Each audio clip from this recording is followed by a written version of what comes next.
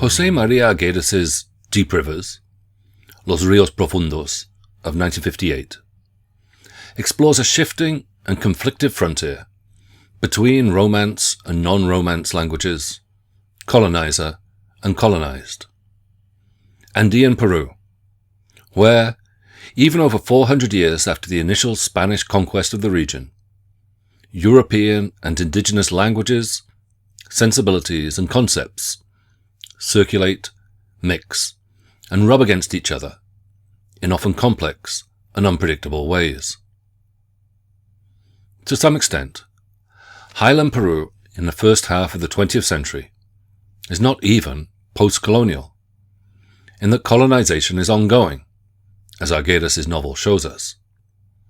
And in the countryside and the region's smaller towns and cities, the modern nation-state has established itself only precariously at best. Its presence still feels like that of an invading army. Far more powerful than state institutions are the Catholic Church and the large semi-feudal haciendas that dominate the landscape, its people, and its economy. The book's protagonist and mostly first-person narrator is Ernesto, a 14-year-old mestizo or mixed boy. But he is an odd sort of protagonist. Never at home, almost always an outsider, strangely passive, if quickly roused to passion. He decides neither his own destiny nor that of the book's various plots. We meet him first as he visits Cusco, the former Inca capital, where he has been brought by his father, an itinerant lawyer who seems constantly to be on the run. Together, father and son have, we are told, traversed many of the country's southern highland provinces: Ayacucho, Junín, Huancavelica, Apurímac, and Cusco, wandering from town to town without ever putting down roots. But Ernesto thereby gains a sense of the broad panorama of Andean culture, which itself is marked by multiple movements and displacements, symbolized above all by the deep rivers of the novel's title. Arguedas emphasizes both the dynamism of indigenous culture, which is far from simply a relic or holdover from the past, and also the persistent struggle between the various populations that inhabit the highlands. If colonization is not yet complete, then the outcome of this struggle is perhaps still to be determined. Ernesto is enrolled as a boarder at a church-run boys' school in the provincial capital of Abancay, which is where most of the novel is set. Here, he has to negotiate tensions both within the school and in the town at large. Two key moments are a revolt of local chicheras, women who run the local chicherias, bars selling corn beer, protesting at the unavailability of salt for cooking, and, at the book's conclusion, the panic that follows news of a spreading plague of typhus. The novel ends as Ernesto is told to leave the town and seek refuge from this epidemic at one of the haciendas of a distant relative, the same person that he and his father had visited in Cusco at the book's opening. He chooses, however, to chart his own route towards an uncertain future.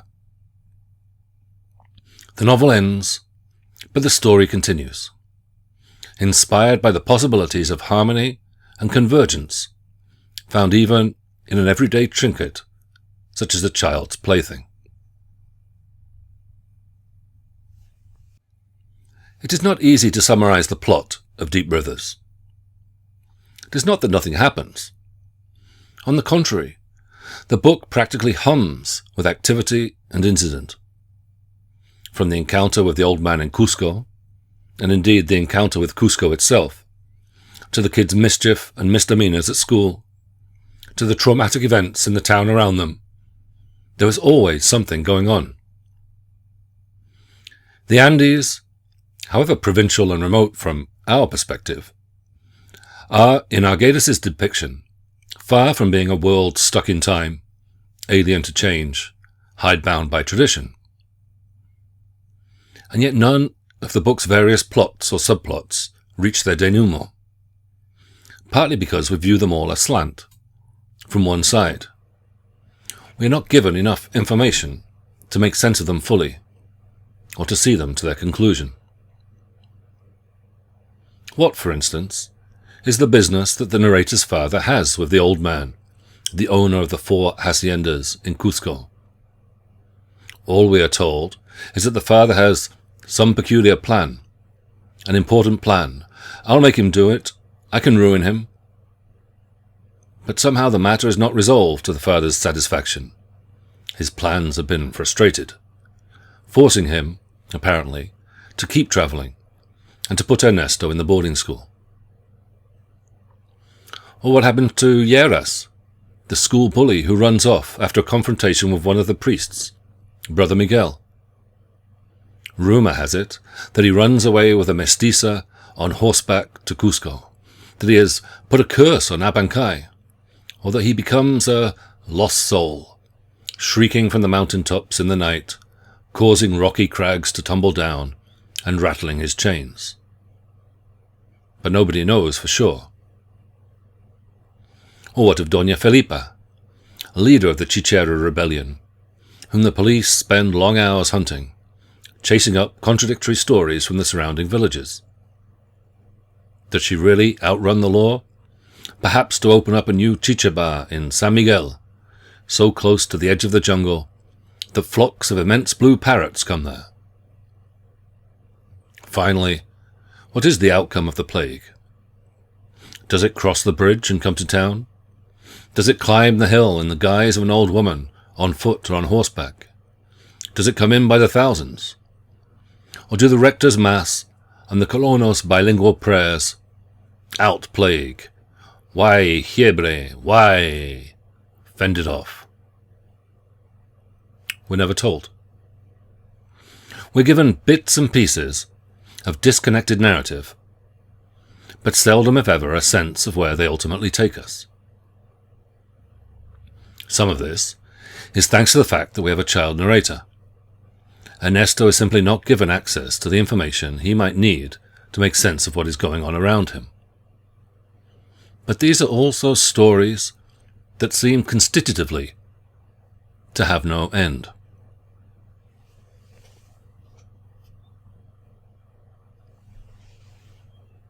Indeed, the book as a whole is oddly plotless, if, again, full of drama and tension. We cannot even say that the book as a whole constitutes a Bildungsroman or coming-of-age narrative. If anything, it is the reverse, in that Ernesto resists coming of age, in that throughout, as Mela Jones-Heastand observes, he remains unwilling to grow up and assume the violent and contradictory roles associated with upper-middle-class mestizo masculinity. Overall, it is as though there is almost no real progression from first page to the last. But perhaps that is because Arguedas has another timescale in mind. Not the weeks, months, or years of the average novel, but the centuries of dominance and resistance, resilience and adaptation that go back to the 1530s, if not before. The result is a novel that is episodic, full of moving scenes and set pieces, such as Ernesto's famous encounter with Cusco's Inca walls, or the equally celebrated description of the zumbayo, or spinning top, or the evening that the narrator spends with the musicians in a chicheria. These are snapshots, or even what we would now call reels. In a discussion of another of Arguedas' novel, critic John Kraniauskas comments on the author's use of representational strategies drawn from other media such as photography, with the effect that the novel acts as a recording machine, registering the coexistence of other semiotic systems and environments at its edges, by resorting to the experience of pictorial sight and sound, the text becomes intermedial, photo and phonographic. The text demands that its readers not only read, but look and listen beyond its pages too. It provides other perspectives. If novels tend to totalize, to cannibalize other forms of representation and put them at the service of narrative and plot, by contrast, Deep Rivers resists that process of novelization, as though aware that the novel form itself is a vehicle of colonization. As Arguedas himself put it, while he was writing Deep Rivers, what he calls the problem of literary expression in Peru is a problem of the spirit, of culture, in these countries in which strange currents meet, without ever, for centuries, fully blending, forming instead tight zones of confluence, while deep below and far beyond the principal veins flow without end, incredibly. The struggle is to put all this in a novel, mindful, however, that the deep rivers of Andean culture always exceed the novel form.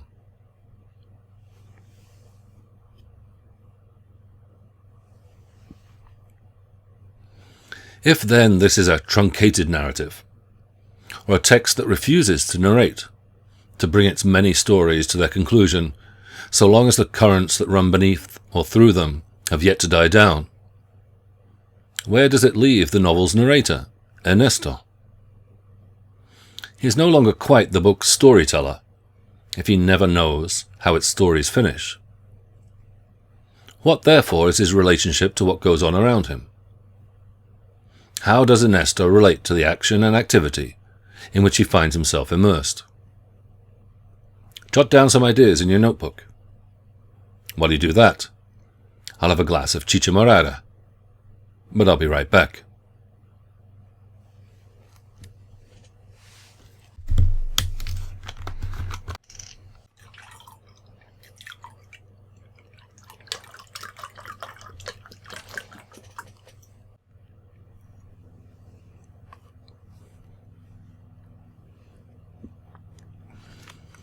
Ernesto is what we might call, with a nod to the practice of anthropology, in which Arguedas was also trained, a participant observer.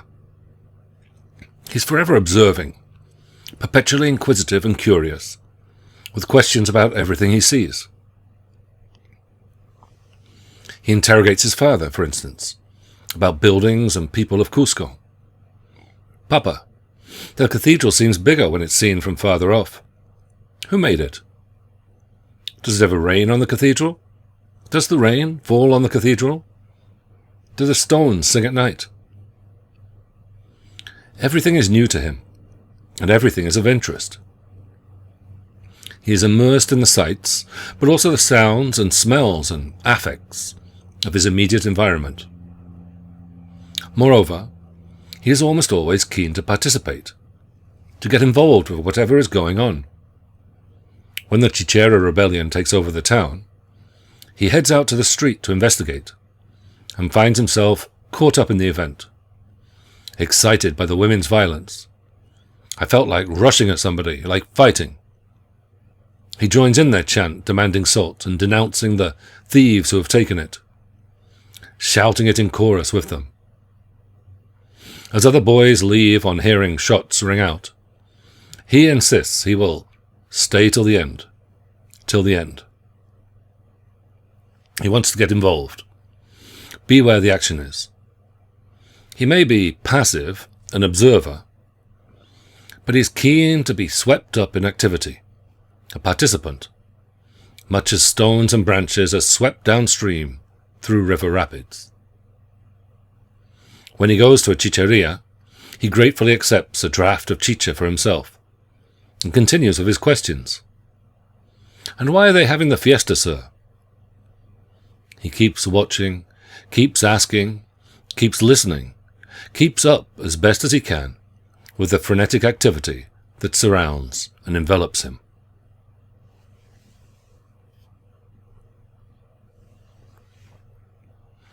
Yet Ernesto's desire to take part also, no doubt, comes from the fact that he never fully belongs. At school, his nicknames are Foráneo and Forastero or Forasterito, outsider or stranger, little stranger. This in a boarding school, in which many of the other boys also come from elsewhere. Somehow, Ernesto is more of a stranger than they are. In fact, in an environment in which almost everyone is an outsider in one way or another, Ernesto feels his difference or distance with particular intensity.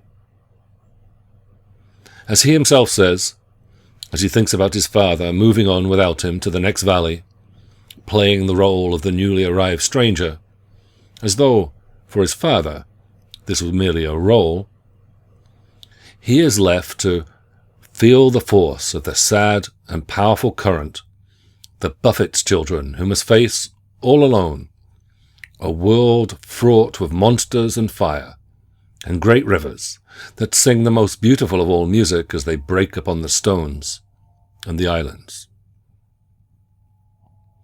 It is indeed perhaps precisely because he is so attentive and curious about the world around him that he feels all the more strongly a sense of alienation from it.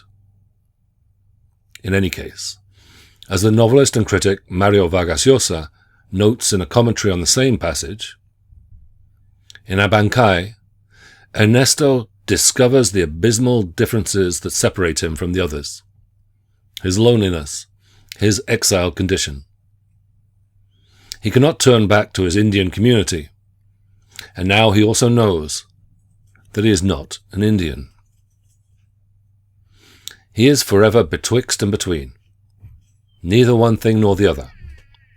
But it is for this reason that he is able to tell us about both torn halves of the Andean world.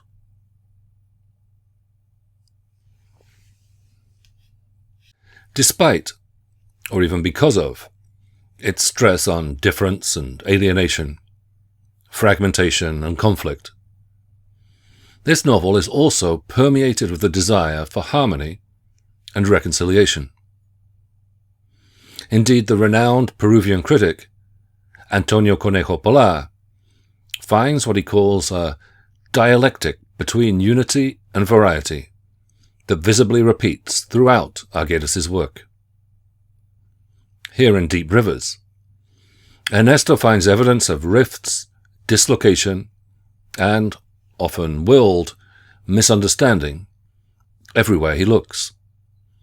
Between indigenous and Western cultures, for instance, but also between rich landowners and poor peons, between Spaniard and Inca, between the Andes and the coast, between mestizo and black, between children and adults, between the people and the army sent in supposedly to bring them peace, between the genders, not least in the schoolboy's terrible treatment of the feeble-minded woman who haunts the school grounds, between civilization and nature.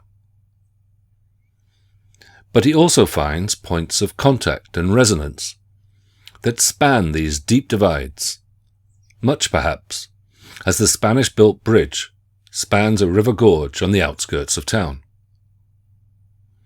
It is this same bridge over which Doña Felipa, the rebel Chichera, makes good her escape. And as Ernesto says, contemplating the spectacle of Colonial Bridge passing over the turbulent river below it, I didn't know if I loved the river or the bridge more, but both of them cleansed my soul, flooding it with courage and heroic dreams.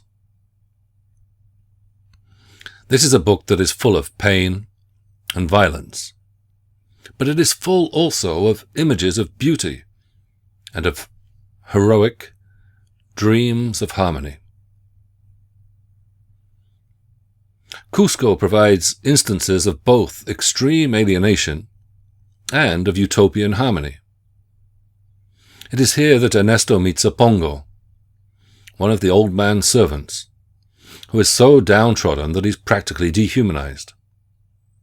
When the boy approaches him and tries to talk to him in Quechua, he's silent and startled. Doesn't he know how to talk? Ernesto asks his father. He doesn't dare. When he leaves, the man bows like a worm, asking to be crushed.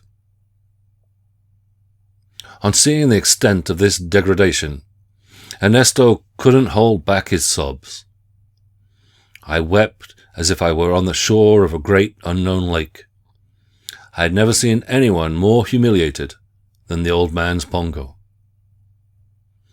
Ernesto recoils as this utter abjection, the absolute extirpation of agency and subjectivity, a person reduced to a thing.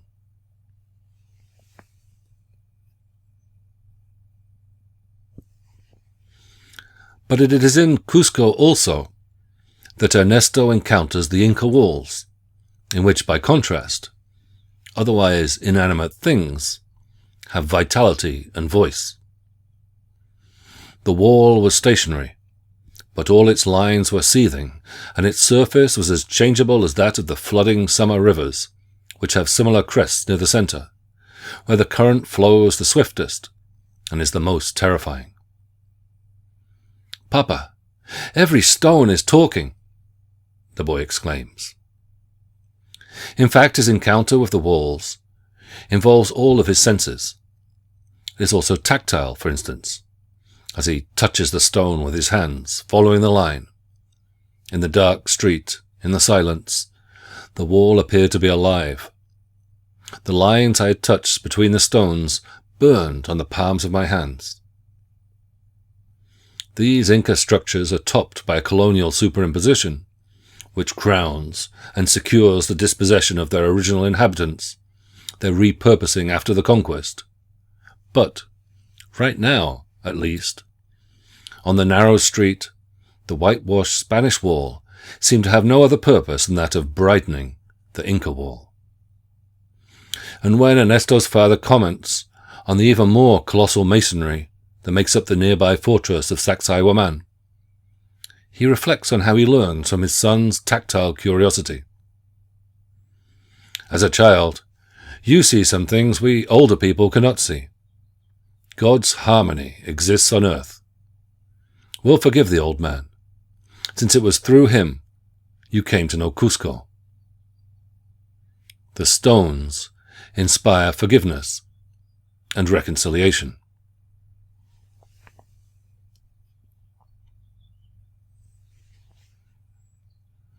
There is no finer image of unity and harmony in deep rivers than the spinning top, or sumbayu, that one of the boys, Antero, brings into school.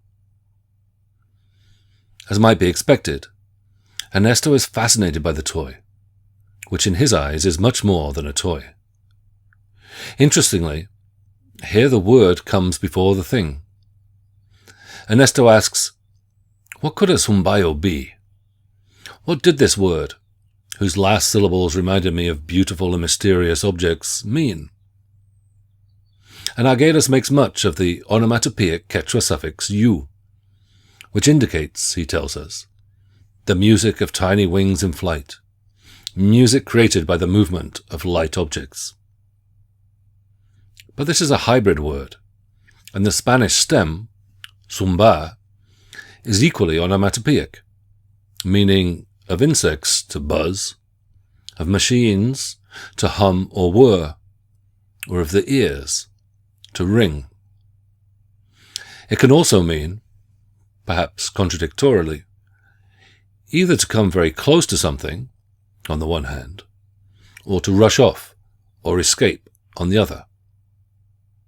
It unites opposites, natural and machinic, external and internal, proximity and flight, just as the word sumbayu as a whole combines Spanish and Quechua, while the toy itself, Ernesto imagines, can contain a little bit of everything in its soul. As Conejo Polar notes, the sumbayu concentrates within itself every resource against evil, and become symbol of the rupture of the scholastic confinement within which the boys are stuck. It is the response to the challenge of closed spaces. Something always escapes. But such escapes construct something new.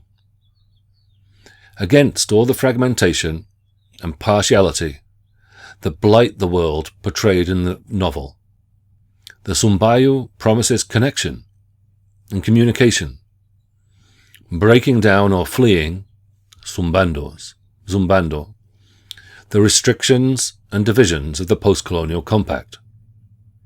With the spinning top, Ernesto feels himself coming as close as he ever can to, zumbando, a convergence of elements, natural and artificial, indigenous and Western, in which he, too, might at last find his place. But not yet. For Ernesto, and indeed for the entire riven world that he inhabits, conflict supersedes and forecloses the possibility of convergence. The monsters and fire that the boy has to confront are as active and dangerous when the novel ends as when it begins.